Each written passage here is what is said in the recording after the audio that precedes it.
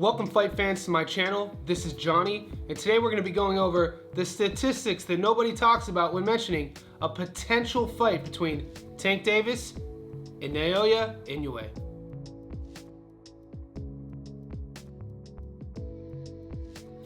Alright guys, let's address the facts first. We all know they're in two different weight classes. We also know they both have fights coming up. One is already registered on BoxRec. The other one is still up in the air, but we're just going to pretend that the Tank Davis and Frank Martin is going forward in June, and we know that the Japanese Monster is taking on Luis Nery this coming May.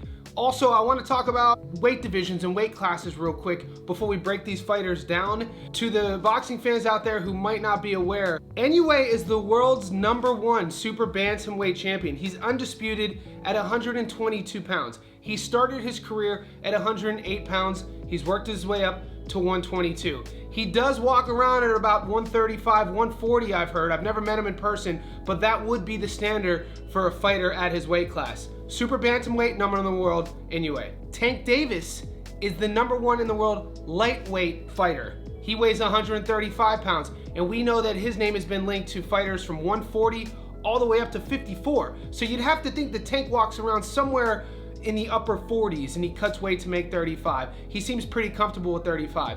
That being said, it's not out of the ordinary to think about one day in a fight fan's dream world that these two could meet at a potential catch weight, let's say 130 pounds. So for the sake of this video, what I wanted to do is break down both fighters' resumes, their strength of schedules. We're gonna see who they fought, how they handled their opponents, and we're gonna come up with a statistic called strength of schedule, basically adding up their opponents' win-loss record on the night that they fought each fighter. It's gonna give us a statistic, and we're gonna be able to compare and contrast. Is their resume strong? Is it weak? Who have they fought, and how have they handled their business? Before we do that, let's take a closer look at the stats that we already know about Tank Davis. Gervonta Davis is 29-0.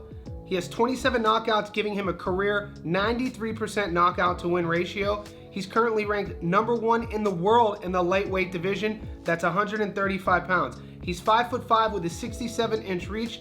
At 29 years old, the Southpaw hails from Baltimore, and he's currently the WBA lightweight world champion. Let's take a closer look at his last 5 opponents, starting with his last fight. Ryan Garcia, 23-0, knockout in the 7th. Hector Garcia, 16-0, knockout in the 9th. Rolly Romero, 14-0, knockout in the 6th. Pitbull Cruz, 22-1, UD in the 12th. Mario Barrios, 26-0, knockout in the 11th.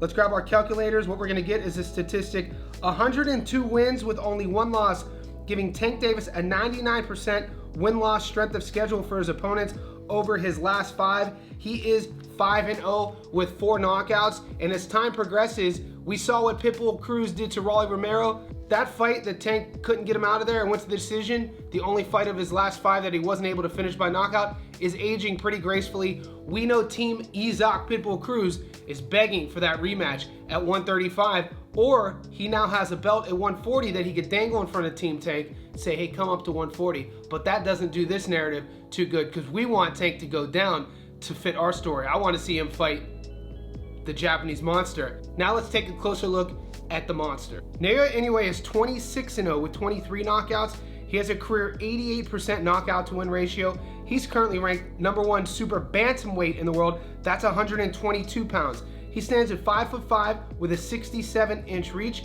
At 31 years old, the Orthodox fighter hails from Japan, and he is the undisputed world champion at 122 pounds. Let's take a closer look at his last 5 fights, starting with Tapales, 37-3, knockout in the 10th. Fulton, 21-0, knockout in the 8th. Butler, 34-2, knockout in the 11th. Donaire, 42-6, knockout in the 2nd. Daipain, 12-2, knockout in the 8th.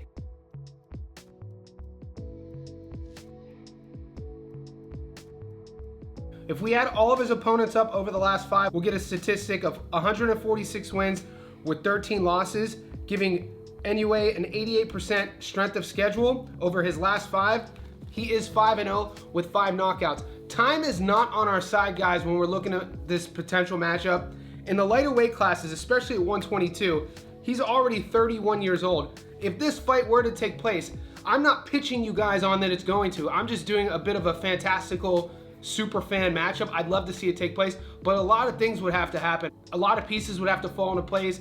Promotional companies would have to meet up in the middle. A lot of money would have to be dished out in the middle, and then they'd have to agree upon which weight they would fight at. We know that Team Tank Davis, they're always the A side. In every matchup, they have carefully picked and dissected their opponents, and this is the way his career has gone. I'm not saying that's a bad thing. This makes him, in his words, in his team's words, the face of boxing. I guess he does get that right to pick and choose. So for him to come down to 130 and for Inoue to come up, it would have to be a lot of money. Maybe the Saudis want to throw some money at the little guys. I know they're doing that with the big boys. We see what's happening with all the heavyweight matchups.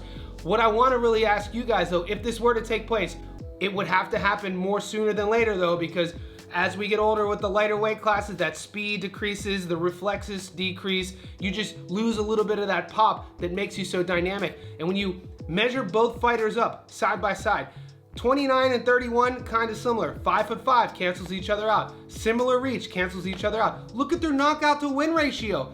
Pretty similar. 90, 88%. They're both knockout artists. They're both gonna come forward. One's a southpaw, one's an orthodox. I really want to see this fight. Tank carries a bit more muscle than Inoue throughout the year, and I would just leave it here. I'm gonna leave it up to you. If this fight were to go down, who would you go with?